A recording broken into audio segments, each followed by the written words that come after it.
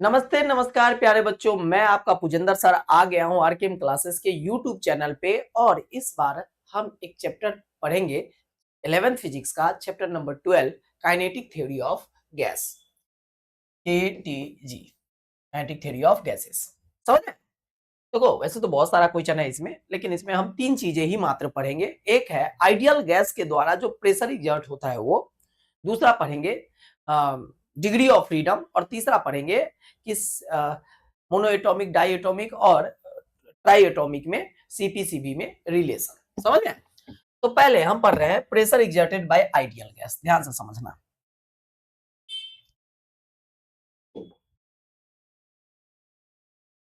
देखो इसी का क्लोन ले लेते हैं। एक मैंने क्यूब बना दिया। क्या बना दिया?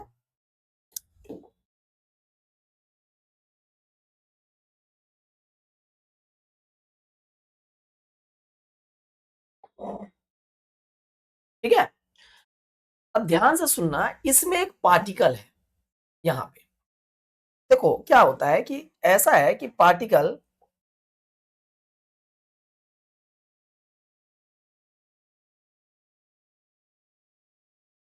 हम सिर्फ आधा हिस्सा ले रहे हैं, आधा। कहेगा सर ऐसा क्यों? बताता हूं।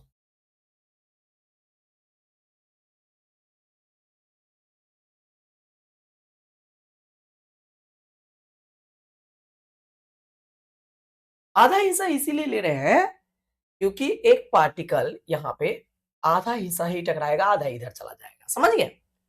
अब ये पार्टिकल का वेलोसिटी मान लो इधर की तरफ vx है। वैसे तीन वेलोसिटी हो सकता है, vx इधर की तरफ, vy और इधर की तरफ vz, लेकिन हम एक ही ले रहे हैं, सिर्फ एक एक्सिस।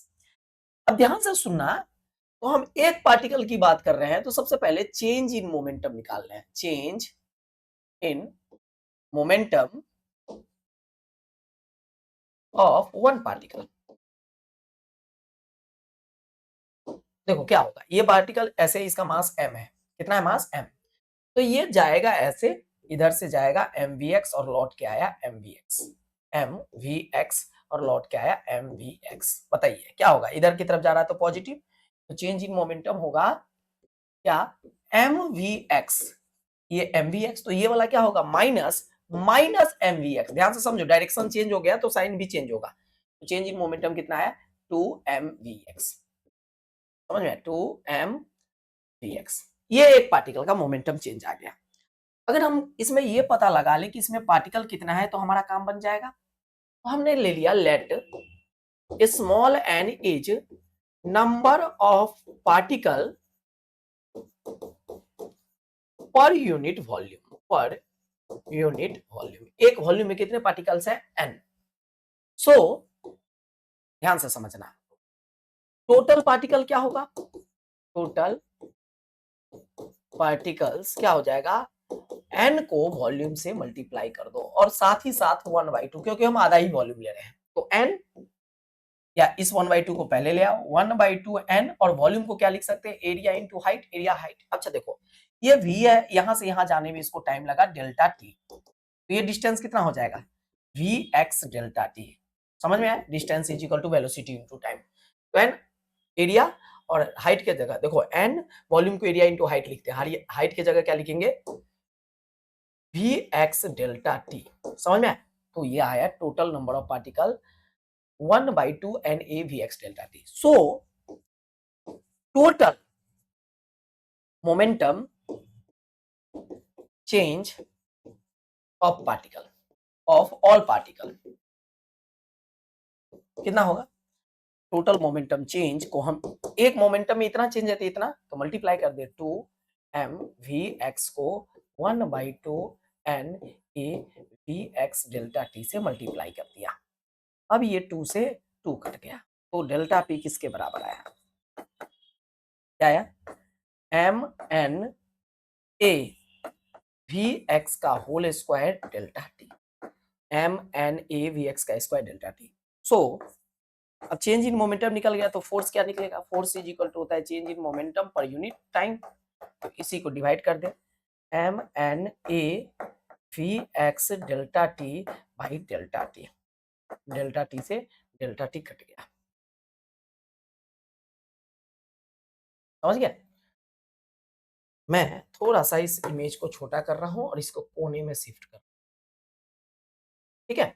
अब देखो तो फोर्स आ गया कितना, फोर्स आ गया M N A V X square है, वी एक्स स्क्वायर है ना, M N A V X square into delta T. अब प्रेशर क्या होता है, प्रेशर होता है फोर्स अपॉन एरिया, तो फोर्स है M N A V X का स्क्वायर बाई एरिया, एरिया से एरिया कट गया, समझ में आया? नहीं है, क्लियर है, पता है ना। तो प्रेशर आ गया, ध्यान से समझो, प्रेशर आ गया कितना, एम एन वी एक्स का स्क्वायर। देखो एक और चीज, तुम्हें एक चीज पता है, यहाँ पे तीनों वेलोसिटी बराबर है, वी एक्स होगा वी वाई के बराबर और वी जेड के बराबर। आपने एक चीज पढ़ा होगा वेक्टर में कि v is equal to under root of V X का स्क्वायर, वी एक्स का स्क्वायर प्लस वी वाई का स्क्वायर प्लस वी जेड का स्क्वायर, तो v is equal to under root of V X, V X के जगह क्या लिखेंगे, वी एक्स का स्क्वायर, वाई के जगह भी वी एक्स भी लिख दे, वी एक्स का स्क्वायर और जेड के भी एक्स वी एक्स का स्क्वायर, तो v आ गया under root of 3 V X का स्क्वायर। तो बताइए स्क्वायरिंग बोथ साइड कर दे, तो V square is equal to 3 V X का स्क्वायर, तो वी एक्स का स्क्वायर क्या आया, वी स्क्वायर भाई, समझ में आया? अब इसका वैल्यू उसमें पुट कर, तो प्रेशर इज इक्वल टू क्या आया, एम एन और वी स्क्वायर बाई 3, समझ गया, ये प्रेशर आया। अब देखो इसको मिटा रहा हूं, और वन वॉल्यूम के लिए, वन वॉल्यूम, एक वॉल्यूम के लिए डेंसिटी क्या होता है, डेंसिटी होता है मास अपॉन वॉल्यूम। अच्छा एक बात बता, एक वॉल्यूम में कितने पार्टिकल है, एन पार्टिकल, और हर एक का मास है एम, तो मास हो गया एन एम, और वॉल्यूम है एक, यानी इसको हम डेंसिटी, डेंसिटी आ गया एम एन, समझ गया। तो हम इसको प्रेशर को इसमें, इसका वैल्यू इसमें पुट कर दें, कितना है 1/3 एम एन की जगह रो वी स्क्वायर। क्लियर हुआ, समझ में आया, कितना फॉर्मूला आ गया 1/3 रो वी स्क्वायर, समझ गया। अब है दूसरा topic, degree of freedom. Degree of freedom क्या होता है, डिग्री ऑफ फ्रीडम का मतलब होता है कि किसी भी, कोई भी पार्टिकल्स कितने तरीके से एनर्जी गेन कर सकता है, उस तरीका को डिग्री ऑफ फ्रीडम बोलते हैं। वैसे डिग्री ऑफ फ्रीडम का फॉर्मूला होता है 3n-k, n जो होता है number of particle, number of particle, और नंबर ऑफ एटम भी बोल सकता है या मॉलिक्यूल्स भी बोल सकता है, और के होता है इंडिपेंडेंट रिलेशन, समझ में आया, सीधे सीधे रिलेशन बताते हैं। अब देखो रिलेशन, यहाँ पे पहला है mono atomic, mono atomic gas, atomic gas यानी एक ही है, कोई गैस अकेला है तो उसमें पार्टिकल कितने हैं, तो पार्टिकल एक हो गया तो 3 × 1, और एक अकेला व्यक्ति किससे रिलेशन बनाएगा, किसी से नहीं, तो के जीरो हो गया, यानी मोनो एटॉमिक में एन का वैल्यू 1 हो गया और के का वैल्यू 0 हो गया, तो डिग्री ऑफ फ्रीडम कितना है 3 × 1 - 0, यानी डिग्री ऑफ फ्रीडम आया 3। दूसरा है diatomic gas, diatomic gas में क्या होता है, ध्यान से सुनिए, इसमें एन तो है दो, दो है, जैसे मान ले एक्स है वाई है, तो पार्टिकल कितना हो गया 2, और इस दोनों के बीच में एक रिलेशन है, रिलेशन मतलब बॉन्ड नहीं होता है, कितना भी बॉन्ड रहे उससे कोई फर्क नहीं पड़ता है, यानी दोनों के बीच में एक ही रिलेशन है, तो के का वैल्यू कितना आ गया 1, तो डिग्री ऑफ फ्रीडम कितना है 3 × 2 - 1, तो डिग्री ऑफ फ्रीडम आ गया 5, समझ में। तीसरा है कि try atomic, try atomic gas. अब इसमें दो चीजें होता है, एक होता है लीनियर, एक होता है नॉन लीनियर, लीनियर और एक होता है नॉन लीनियर, समझ में। लीनियर ऐसे होता है एक्स वाई जेड, ऐसे मान लो, तो इसमें कितना रिलेशन है 3 है, एन का वैल्यू है 3 और के का वैल्यू है 1 और 2, दो रिलेशन है, तो डिग्री ऑफ फ्रीडम कितना आया 3 × 3 - 2, यानी डिग्री ऑफ फ्रीडम आ गया 7। नॉन लीनियर में 7 और लीनियर, नो सॉरी लीनियर में 7, नॉन लीनियर में ऐसे है एक्स वाई जेड, 1 2 3 रिलेशन है, तो बताइए n कितना हो गया, n हो गया 3 और k भी हो गया 3, तो f इज इक्वल टू क्या आ रहा है 3 इंटू 3 माइनस 3, यानी f आ गया 6। ठीक है, अब है इक्विपार्टीशन ऑफ एनर्जी के मदद से, समझ में है, सीटी सीवी और गामा में रिलेशन निकालो। समझ में है, एक करा देता हूं और इसी तरह का आप सिर्फ मोनोएटॉमिक है तो डिग्री ऑफ फ्रीडम 3 हो जाएगा, डाई एटॉमिक है तो 5 हो जाएगा। तो देखो energy of one molecules for 1 degree of freedom,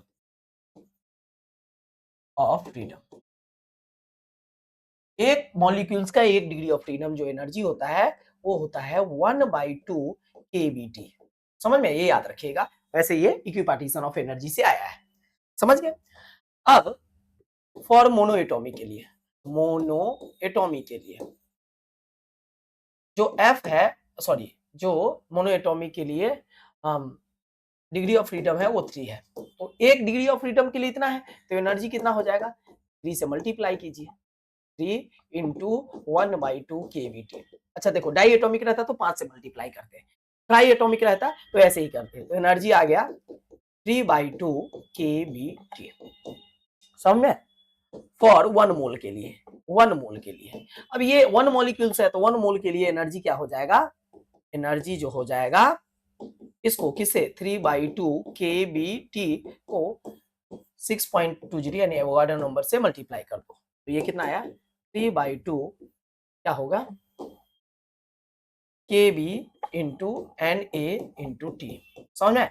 अब देखो एक होता है Boltzmann constant is equal to क्या होता है, बोल्ट्जमैन कांस्टेंट जो डिफाइन किया गया है वो होता है R/NA। समझ गए, तो R को हम क्या लिख सकते हैं, R को लिख सकते हैं kB इंटू NA। क्लियर है, तो आप इस यहाँ पे इसके जगह पे R यूज कर सकते हो, यही एनर्जी आ गया कितना 3/2 RT। समझ में। अब देखो ये निकल गया, तो CV जो होता है वो होता है du/dt, तो CV is equal to du कितना है 3/2 RT/dt, 3/CV आ गया 3/2 R बाहर हुआ तो dt/dt, dt/dt 1 हो गया, तो CV आ गया 3/2R। समझ में। CP क्या होता है, CP होता है CV प्लस R। ठीक है, तो क्या आ जाएगा CP 3/2 R प्लस R, यानी आ गया CP आ गया 5/2R। समझिए। और गामा पता है, गामा होता है, गामा जो होता है वो होता है CP/CV, यानी गामा आ गया 3/5/2R बाई 3/2R। R से R गया, 2 से 2 गया, गामा आ गया 5। समझिए। अब ध्यान से समझिए, देखो अगर यहीं पे डाई एटॉमिक गैस होता तो डाई ये मोनोएटॉमिक के लिए था, अब किसके लिए डाई एटॉमिक के लिए, तो यहाँ पे किसके इसके जगह 5 यूज करते हैं, 5 आ जाता, 5 आ जाता, समझ में 5 आ जाता, 5 आ जाता, क्या हो जाता 5 आ जाता 5/2 5/2 R, यहाँ पे क्या होता है 5 और 2 7/2 आ जाता, 7/5 यहाँ पे 7/2 R 5/2 R यानी 7/5। समझ में आया। ट्राई एटॉमिक के लिए एक बार लीनियर होता तो लीनियर में 7 यूज करते और इसमें तो यही था आपका chapter kinetic theory of gas. मतलब इसमें है क्वेश्चन बहुत सारा, लेकिन हमें सिर्फ इतना ही करना है। ठीक है, अगला चैप्टर सिंपल हार्मोनिक मोशन में